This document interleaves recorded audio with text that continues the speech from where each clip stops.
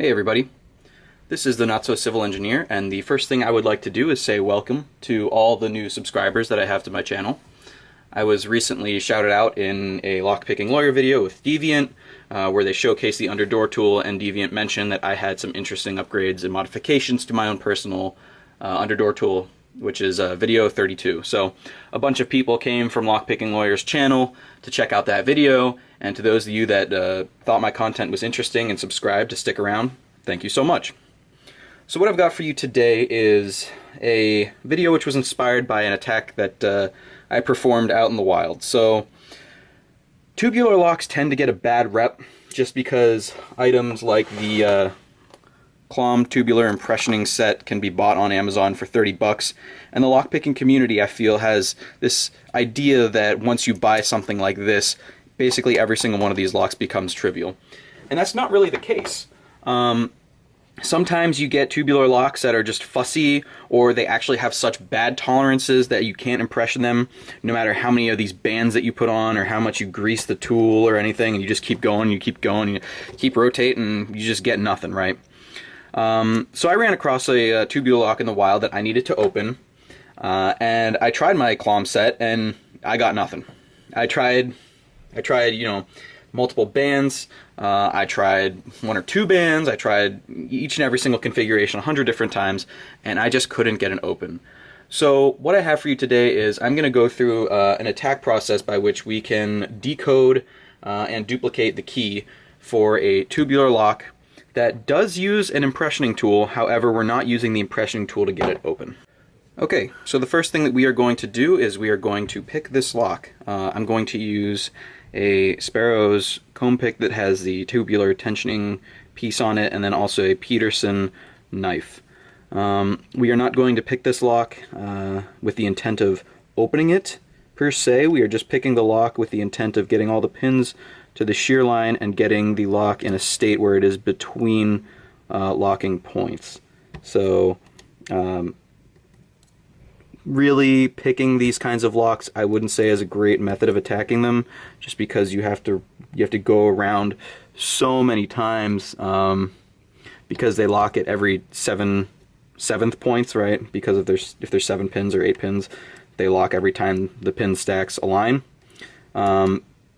So really picking these locks as a method of attack I would not say is very, very expedient or good. Just based on the fact that these locks sometimes need to turn a bunch of times in order to open. The specific one that I opened, it required 9 full 360-degree rotations because it was actually the end of the cam was a screw, and so the lock was literally screwing shut an enclosure, and the screw had to rotate 9 times in order to be fully seated. So that would have required, for a 7-pin lock, that would have required, 42 picks to open it. So that's certainly not something which would be done in the real world. But as far as picking these locks, there's not much to it. Just kind of have to keep going around in the circle, poking at all the pins, seeing what shakes loose. Sometimes they can give you trouble just because they might have poor tolerances. And those poor tolerances might trip you up a little bit. This lock is pretty gritty and grimy, so I have to use pretty heavy tension, and I also have to push the pins pretty hard, so that causes some of them to overset pretty easily. But it's just a matter of being diligent. Keep going around that circle. Eventually you should open the lock. So what I'm actually going to do is I'm going to release a little bit of tension because I feel like I overset these pins. That was 2, nothing on 3, a little click out of 4, nothing on 5, a little click out of 6. 7 was really gritty, had to really push on him. Alright, a little movement on the core when I touch 1, nothing on 2, nothing on 3, nothing on 4, a little click on 5. Nothing on 6. And where's 7? There he is. Nothing on him. Alright, so like I said, just keep moving, keep moving. Keep pushing on these pins. Hopefully eventually something will pop the lock. I haven't rehearsed picking this lock, so I really honestly don't know what the binding order is, and I didn't spend the time just because usually you don't need to practice these kinds of locks, but sometimes when they are grimy like this, they can cause issue. There we go. So we got an open. So that's the first step. The next thing we're going to do is we are going to use our tubular impressioning tool. We're going to zero it out. And we're going to make sure we have only a couple of bands on here, just enough to keep the little prongs in plane. And then what we're going to do is we are going to take it and push down on the lock. This is going to give us the direct bidding of the key, hopefully. And there you can see we've impressioned the key. Okay, now that we have the bidding on our impressioned tool, what we can then do is take a decoder such as this one, or you can take calipers and measure all the slots individually. So that's what we're going to do now. We're just going to start, if you can see the indexing pin right there, we're going to go around clockwise, and we're going to start at the 1 position up in the top corner. So we would basically, all we do is we just take this gauge, put the impressioning tool flat, and then just see which of these these little bumps and ridges it lines up to. These bumps are all corresponding to a number, and that will be the bidding of the key. So I'll just go through the series. The first one looks like a 2. The next one's pretty tall. It's not quite a 5, but it does fit a 6. The next one looks like a 5. Yeah, it's a 5. The next is a 5.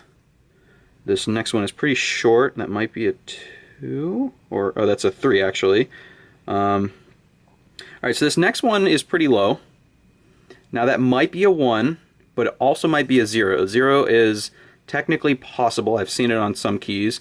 And so in an instance where you're unsure, start with the lower value. That way when you're cutting your key, you can always go up. So we're going to call that a 0. And this next one, that also looks like a 5. So if I remember correctly, that gives us 2, 6, let's start from the beginning, 2, 6, 5, 5, 3, 0 or 1, and then 5. So we're going to cut our first key to 2, 6, 5, 5, 3, 0, 5. So the next thing that we need to do is we need to either A, cut a key, or have a key cut for us. We know our bidding code is 2655305. We determine that using our tubular impressioning tool. And so what we are going to do now is I'm going to cut a key. If you don't have a hurdy-gurdy, which is this guy, if you don't have one of these, which I know a lot of people don't, what you can do is you can always just take the bidding code to a hardware store that cuts keys, like a local Ace hardware store or something like that, and ask them to cut the key according to your bidding code. In our case, we were unsure about the 6th position, whether it was a 0 or a 1. In that case, I would have both keys cut, where you'd have 2655305 and 2655315. So what we're going to do is we're going to take our key blank right here, and we are going to cut that key. So the first thing we need to do is, I like to look at our bidding code and determine and cut all the same bidding values. So I know that there's a lot of 5s in this code, so what we're going to do is we're going to cut all the 5s first. So I'm setting the combination, or the depth cut, to 5, and we have 2655305. So 2, 6, 5. So we'll index the nub on the 3 position. That is where our first number 5 cut is. And then I don't know the proper way for cutting these. I kind of just put it on the table with a little mat and just give it 10 or so spins. Alright, so that was our first key cut, and you can see right there that's our nice 5 position. And that was in the 3rd position. We also have one in the 4th position, so we'll go ahead and cut that. Alright, 10 spins later. And then we had 3, 0, 5. So we had a 5 in the 7 position. We'll go ahead and cut that. Right. So we have all of our 5s cut. We also have a 6 cut, so we'll cut that one next. That was 2, 6. So there we go. 6 in the number 2 position. And like I said, I know a lot of people don't have hurdy-gurdies. I am lucky enough to know someone who does have one, and so I've borrowed it.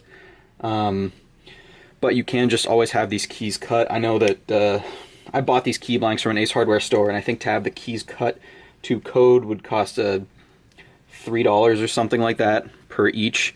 So for us, we only have 2 possible combinations, so that might cost you $6. So it's not super expensive, and that's something that's pretty feasible to do.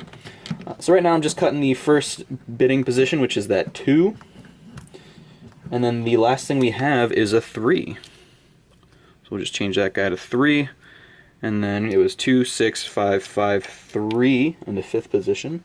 So we will index that there. And there we go.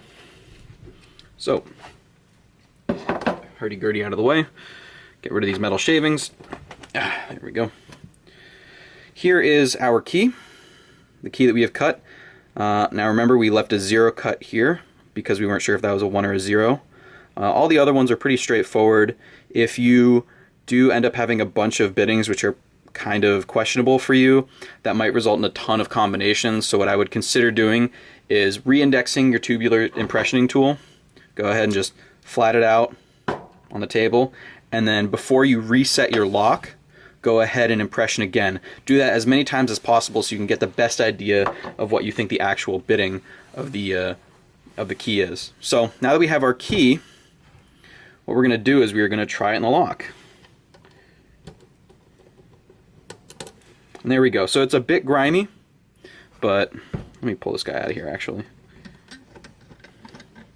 As you can see, it's pretty grimy, but it does in fact turn the lock. So we were able to decode the bitting combination with the via picking this lock and then using our tubular impressioning tool. So that is a different method for using these tubular impressioning tools in the event that you aren't able to get them to work off the bat. So thank you all for watching. Have a great day.